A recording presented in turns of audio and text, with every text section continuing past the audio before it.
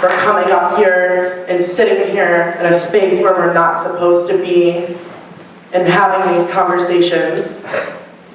And now I'm going to do a little bit of Q&A, because you all have been such an amazing audience, giving us your attention. So, as we do the Q&A, because we don't really have that much time before we move into some of the performances that are coming up, I want to ask folks who aren't normally allowed to be in spaces like this, maybe people who don't even go to Cornell, who don't go to any university. I want to ask that those people's voices be centered, that the voices of people who are most marginalized and whose identities are most attacked in these spaces, that those voices then be centered after that. Questions?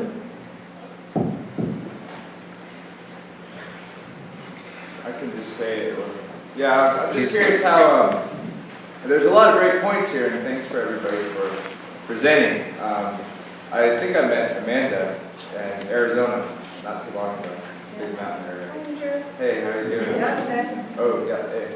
So I just wanted to ask about, you know, when you have these issues that you're talking about, and you're talking about even like layered forms of oppression and layered forms of subtle or overt ways in which people are held down. How do you do that and at the same time build movements? You know, not become too sectarian or dogmatic or too isolated in your own thinking that becomes further and further, you know, divided into a very narrow identity.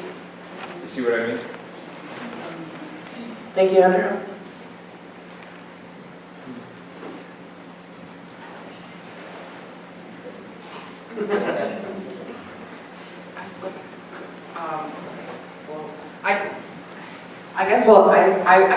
I think, Vic, if you want to answer this one, because something that I think is a good example is like around, like, say, if we want to look at things that our communities often face. So like, even if you just like want to take like, so if we share a racial identity, within that there's still like gender oppression, right? And so like, how can we move forward and be like, how do we change cultures internally, you know, to allow for like, it's no longer okay for men to like objectify women, or like cis-sexism, like, or trans misogyny and transphobia, these things get called out. How do we do that? And so I guess I'm kind of like also like, maybe do you want to speak to like community, like context of like within men of color circles and like around sexism, for instance, and to like give a concrete example of that, maybe?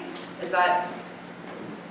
Yeah, in a way, like for me, in the work that I do in positionality is really important to recognize who I am and to recognize my own privilege, and also recognize that sometimes my voice is going to be centered instead of other voices that needs to be at the front. You know, as a brown man, you know, like, and I always say that, you know, every time that I talk about anti-oppression, you know, I always say to white people, you know, you're all racist, you know, basically. And if you don't like that, I don't care, you're all racist, you know. And that's something you're gonna have to work for the rest of your life. Now, as a cis brown man, I'm sexist and I am homophobic. And saying that doesn't mean like I'm oppressing. I mean, I have a lot of love and appreciation for my woman, queer and trans comrades and people. But recognizing that my own sexism, that the way that I've been socialized since the day that I was born is still present, and it's gonna be present for the rest of my life, and it's gonna be a working process that maybe never gonna end. It will probably end when I'm dead and I'm with my ancestors. You know, but at that moment, you know, like, so it's about recognizing your own privilege, and also in my case as a brown man, recognizing my own oppression too. Those intersection of privilege and oppression, you know.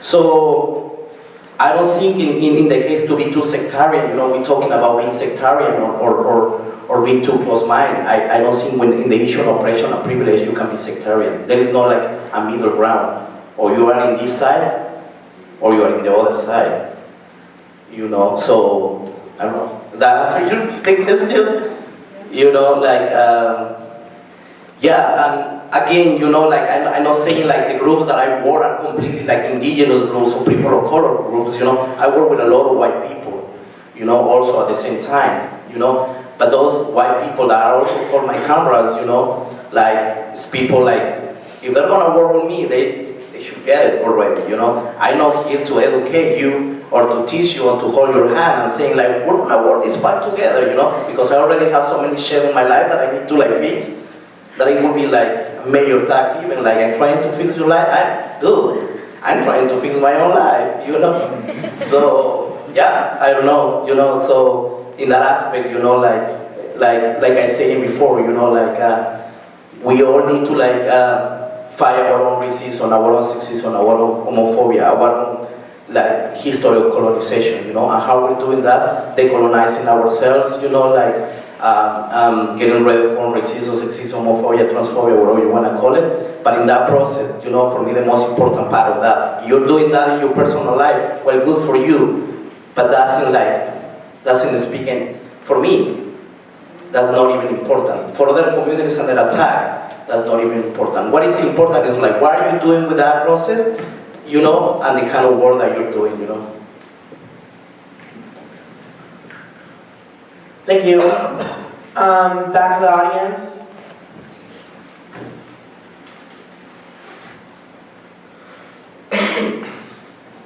Abu Yusuf?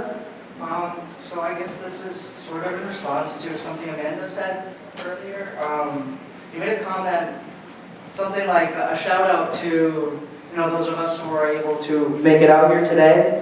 And then just a joke at the end, except for those of us who are colonizers, which, right, I feel that, but my initial reaction was, well, aren't we all colonizers?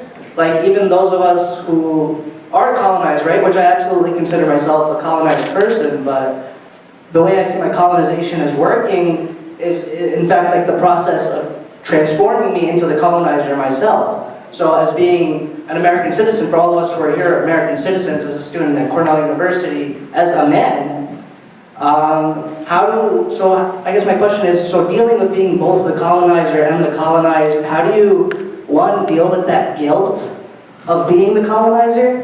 How do you move around that guilt to sort of, how do you, like, when is it okay to use your privilege to fight the institutions that have given you that privilege? When, yeah. I think it's always okay to use your privilege to fight the institutions that give you that privilege.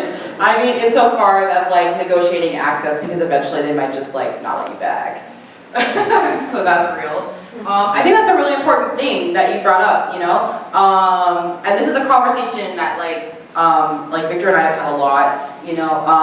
Because like right now I live within Confederacy territories. So I am currently not an indigenous settler, but if I were to move to Arizona, if I were to move to New Mexico, if I were to move to anywhere else that's not my traditional homelands, then I would like then begin to hold that identity that is both indigenous and a settler, you know? And so I think it's just important that we don't dichotomize things because things are layered. Like experiences are layered. And like for instance, there's like an ongoing conversation about like the use of the language of settler, and like does that apply to black folks of African heritage who were forcibly relocated here during the slave trade? You know, and these are important conversations to have. Does this mean, like, if you're forcibly relocated from your homelands in, you know, like in Peru because of American imperialism and because of Canadian mining companies, like, are you still a settler? You know, and I mean, I would personally say if you're not on your homelands, then like you are participating in ways,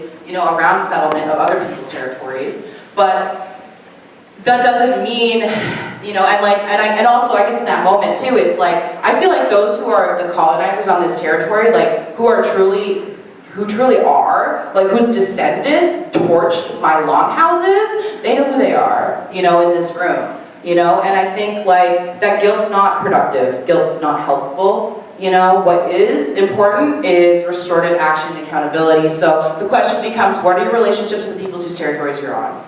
Do you have any?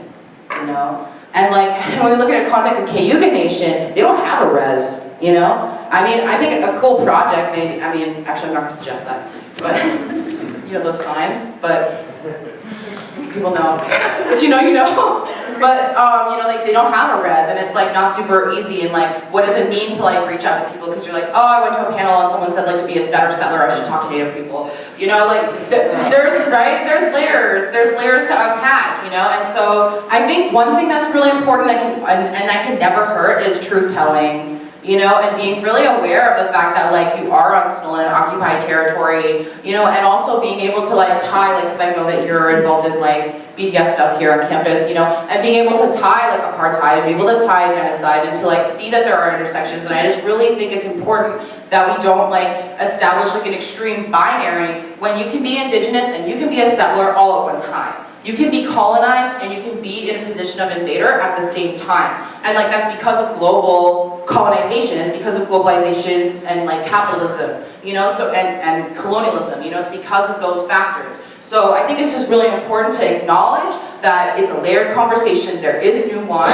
it's not a binary. A binary, you know, I really like to try and get away from binaries because it's a very Euro-colonial mentality that's like yes or no, and it's like there's all this in between, right? So I hope that helps you.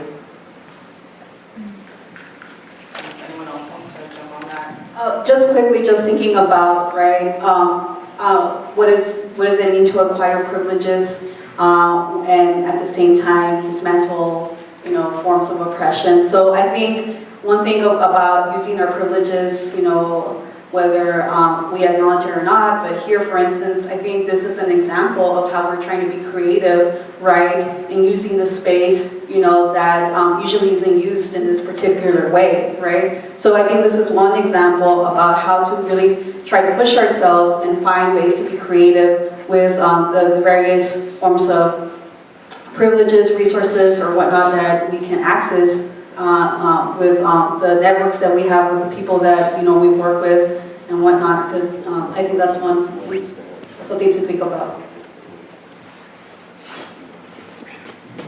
Obviously, there's so much that can be said about this, Andrew's question, and everything else that we were talking about on the panel tonight, but we have just 5 minutes left. So I want to ask if there's anyone else that wanted to pose another question to kick to any of the panelists up here. So before we just finish up, I noticed people are trickling out. There's food over there and there's zines over there, but also we have a sign-up sheet back there. This was like a lot of work to put on, and we want to keep these going. So it'd be really great if y'all are down to make this happen again. A lot of people threw down by just like sending out an email this time. If you want to do that again, or maybe do more, put your name on the email list. It's right behind Avery over there, under the beautiful piece of artwork that was done by Kevin Cruz. And so if you can just put your name and email down, we'll get in touch with you and talk about organizing these events in the future so that these can be more normalized and so that people aren't always excluded from these spaces. So, yeah. And any other questions? Yeah. One more question. I know there's stuff floating around in your heads right now.